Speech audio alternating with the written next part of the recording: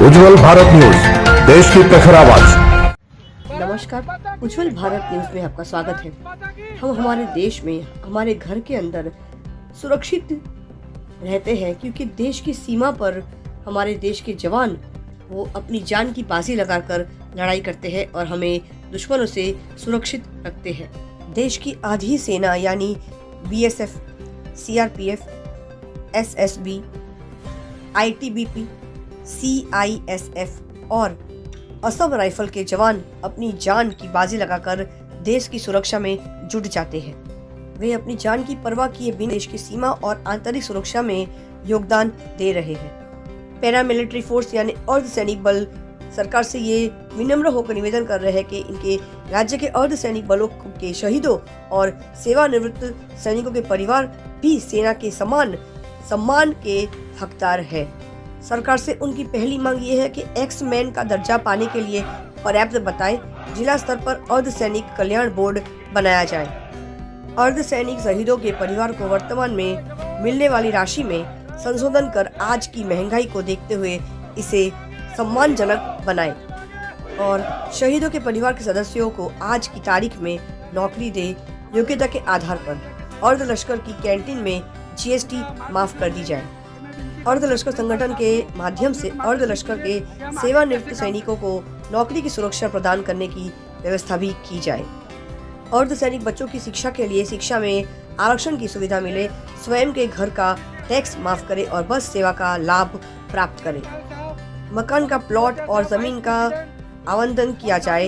यदि कोई अर्धसैनिक संगठन गुजरात के 9 युवाओं को निःशुल्क प्रशिक्षण देना चाहता है तो जिले में प्रशिक्षण के लिए भूमि आवंटित किए जाए और 1/3 एक नियम लागू किया जाए कि यदि अर्धसैनिक बल का कोई जवान जो किसान नहीं है जमीन खरीदना चाहता है तो वह जमीन खरीद सकता है।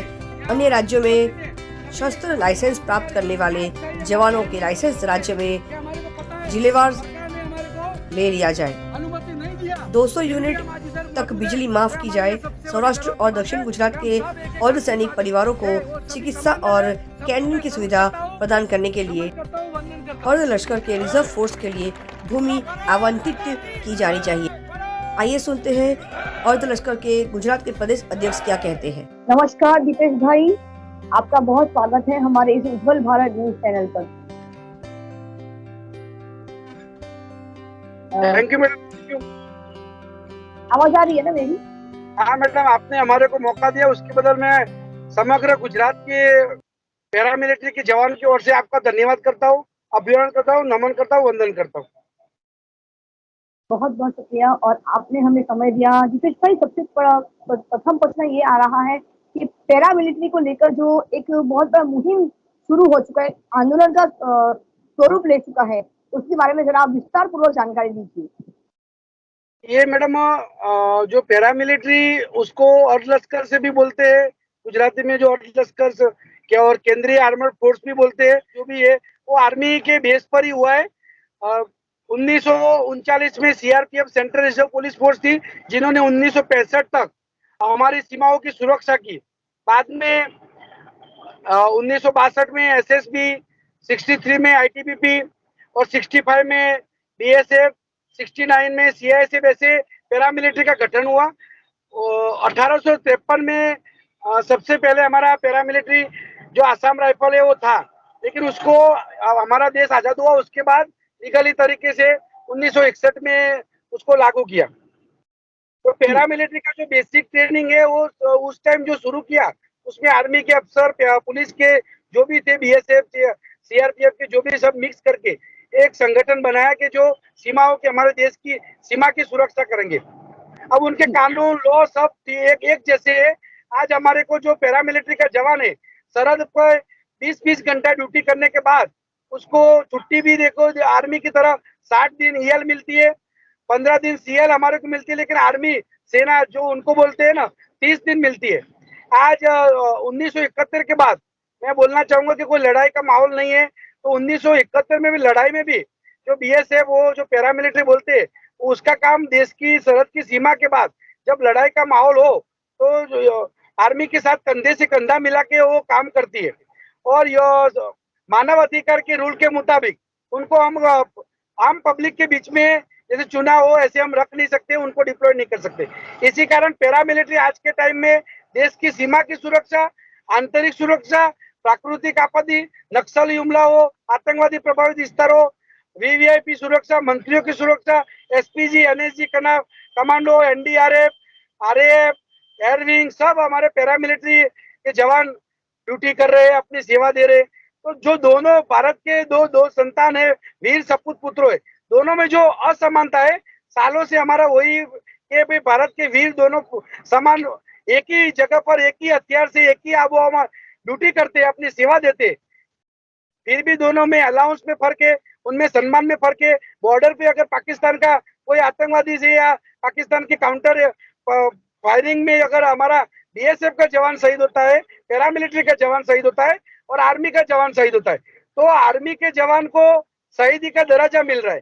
एक ही जगह पर एक ही हथियार से लड़ाई दोनों एक ही आबोहवा मौसम में करने के बाद भी हमारे पैरामिलिट्री के जवान को अगर कागजों में देखे, ऑन पेपर में और न्यूज में और टीवी में आएंगे कि भाई हमारा देश का प्रधानमंत्री जी भी जब 2019 में हमारे जवान शहीद हुए सीआरपीएफ के 40 जवान, तब उन्होंने खुद भी अपने मुंह से बोले शहीद, हमारे जवान शहीद हुए। तो वो बोलते तो है मुंह से, लेकिन कागज के हिसाब से हमारे को शहीदी का दर्जा नहीं मिला, एक्समैन का हमारे को दर्जा नहीं मिला। तो हम गुजरात सरकार से जो आंदोलन आप बात कर रहे हो, वो आंदोलन एक तरह राष्ट्रहित का एक काम है कि दोनों देश के जवानों में समानता होना चाहिए।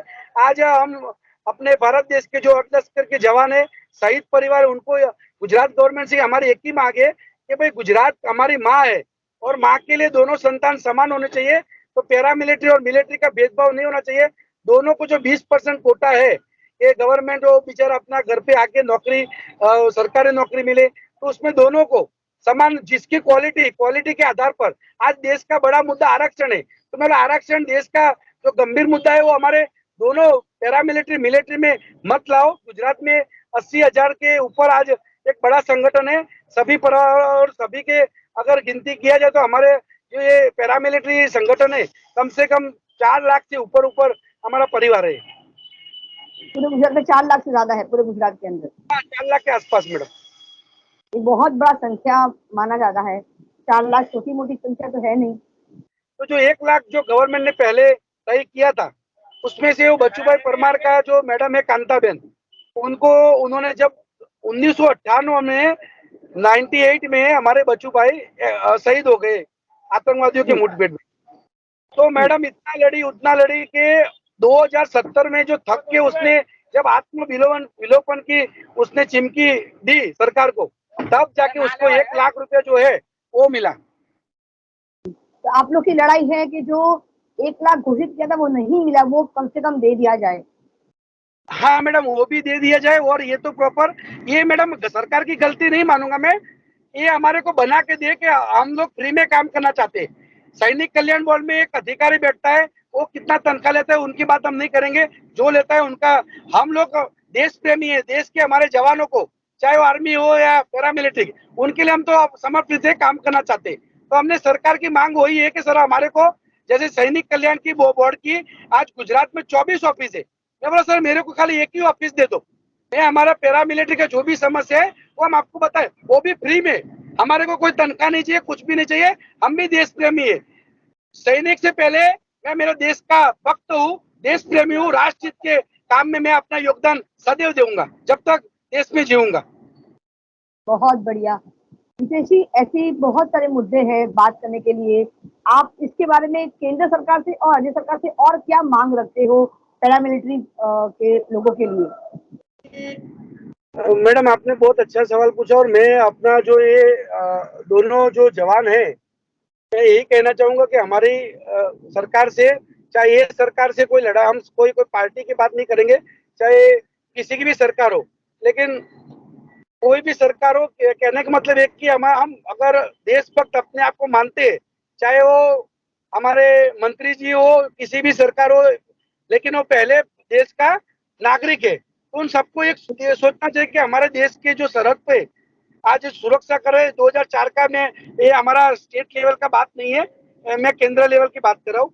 2004 में हमारे पैरामिलिट्री के जवानों का पेंशन जो सरहद पे सुरक्षा करते हैं उनका अटल बिहारी वाजपेयी की सरकार में वो एक घोषित हुआ है कि 2004 के बाद पेंशन बंद। लेकिन मैडम दोनों में डिफरेंट है, पैटर्न में डिफरेंट है, दोनों के कलर में डिफरेंट है, लेकिन आम नागरिक हमारे को वही देखते हैं। तो मैं यही आपके माध्यम से कहना चाहूंगा कि जब भी पैरामिलिट्री का जवान शहीद हो, कोई अच्छा कार्य करे, तो आप अपने न्यूज चैनल में और न्यूज चैनल वाले भी जितने भी हमारे मीडिया कर्मी है, क्योंकि देश का आईना सही मायनों में देश की सच्ची हकीकत आप लोग ही बताते हो। आप लोगों के माध्यम से ही आम नागरिक तक बात सहित जो बात है पहुंचती है। तो आज के बाद अगर ये उल्लेख हो कि भाई पैरामिलिट्री का जवान बॉर्डर पे आतंकवादियों के साथ सुरक्षा करते करते शहीद हो गया, छत्तीसगढ़ में सीआरपी और पैरामिलिट्री का जवान, तो नागरिकों में भी एक आएगा कि भाई नहीं, पैरामिलिट्री के जवान ही आज की डेट में ज्यादा शहीद हो रहे, तो उनको शहीदी का दर्जा भी मिलना चाहिए। एक अवेयरनेस का एक बड़ा काम है, हम भी करते हैं। और आपको भी मैं एक विनती प्रार्थना हमारे तमाम जो पैरामिलिट्री जवान है शहीद परिवार, उनकी तरफ से आपको विनती प्रार्थना करता हूँ मैडम। बहुत बहुत शुक्रिया दीपेश भाई, आपसे बात करके बहुत अच्छा लगा। और मैं कोशिश करूंगी कि हमारे चैनल के माध्यम से ये आपके सारे सवाल, सारे अपने मांग जो पैरामिलिट्री फोर्स के को लेकर है, जो भी दिक्कतों का सामना करना पड़े, वो सब सुलझ जाए। मैं उम्मीद करूंगी कि आपको ये आज का ये सवाल जवाब का जो सिलसिला है आपको अच्छा लगा। उज्जवल भारत न्यूज, देश की प्रखर आवाज, बने रहिए हमारे चैनल के साथ। लाइक करें, शेयर करें, सब्सक्राइब जरूर करें। और हाँ, आखिर में कमेंट बॉक्स में आपकी राय बहुत जरूरी है, क्योंकि आपका साथ ही हमारा विकास है। धन्यवाद। Thank you madam.